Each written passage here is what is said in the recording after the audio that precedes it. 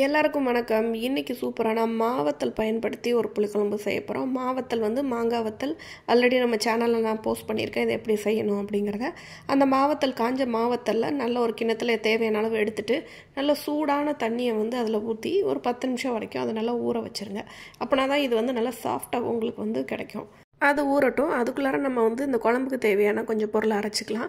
ஒரு மிக்ஸி ஜாரில் ஒரு 5-6 பூண்டு பல், ஒரு 4-5 சின்ன வெங்காயம் எடுத்துருக்கிறேன். இது ரெண்டையும் அதில் ஆட் பண்ணிக்கோங்க. ஒரே ஒரு தக்காளி வந்து இதில் வந்து சேர்த்துக்கிறேன்.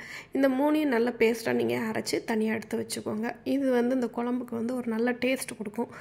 இப்போ அடுப்பில் ஒரு மண் சட்டி பாத்திரம் ஒன்று வச்சுக்கிறேன். புளிக்குழம்பு எப்போவுமே மண் சட்டியில் செய்யும்போது ரொம்பவே டேஸ்ட்டாக இருக்கும். அதனால நான் மண் சட்டியில் தான் இன்றைக்கி நான் புளிக்குழம்பு செய்கிறேன். சட்டி அடுப்பில் வச்சுட்டு சட்டி சூடானதுக்கப்புறமா நீங்கள் வந்து நல்லெண்ணெய் நிறைய சேர்த்துக்கோங்க.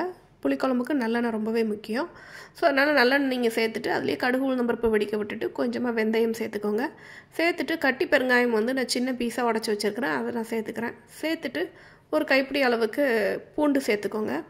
பூண்டு நல்லா வதங்கினதுக்கப்புறமா கொஞ்சம் சின்ன வெங்காயம் வந்து நீங்கள் கட் பண்ணி போட்டாலும் சரி, இல்லைனா முழுசாக போட்டுக்கிட்டாலும் சரி, அது கொஞ்சம் கருவேப்பிலை சேர்த்து நல்லா வதக்கி விட்டுருங்க.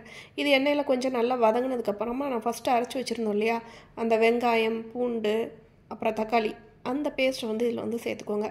இதுதான் அந்த குழம்புக்கு வந்து திக்னஸ் கொடுக்கும், அதுமாரி டேஸ்ட்டும் கொடுக்க போகுது. ஸோ அதனால் இதையும் அரைச்சி இந்த வெங்காயம் பூண்டோடைய அதையும் சேர்த்து நல்லா வதக்கி விட்ருங்க.